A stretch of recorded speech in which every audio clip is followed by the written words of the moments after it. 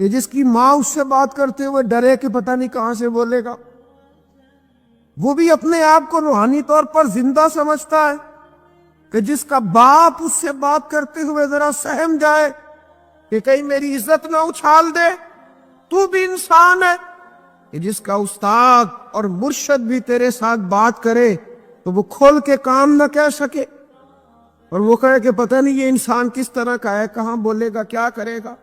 وہ لوگ جو تیرے لیے ادب کے لائق تھے، وہ جگہ جن کا تیرے اوپر حکم چلنا تھا، اگر وہ تجھ سے سوچ کر بات کرے، سمٹ کر بات کرے، تو پھر تجھے غور کرنا چاہیے، پھر تجھے سوچنا چاہیے کہ تیرے سینے میں دل نہیں پتھر ہے، تو پھر اپنے وجود کی لاش اٹھائے کب تک دنیا میں گزارا کرے گا۔ سوچیں، تھوڑا غور کریں، کہ ایسا تو نہیں کہ ہمارا لب و لہجہ، ہمارا اٹھنا بیٹھنا، ہمارا اقتدار، ہماری دنیا، ہمارا مال، اور اب تو ہاتھوں میں سوشل میڈیا آیا ہے، تباہی اتر گئی۔ ایسی ایسی پگڑیوں کے پیچ کھل گئے جن تک ہاتھ کبھی نہیں جانا چاہیے، ایسے ایسے جملے زبانوں سے نکل گئے اور نکل کر وہ دنیا کے سامنے آ گئے جو کبھی سوال ہی نہیں پیدا ہوتا تھا کہ کوئی مہذب کون یہ کام کرے۔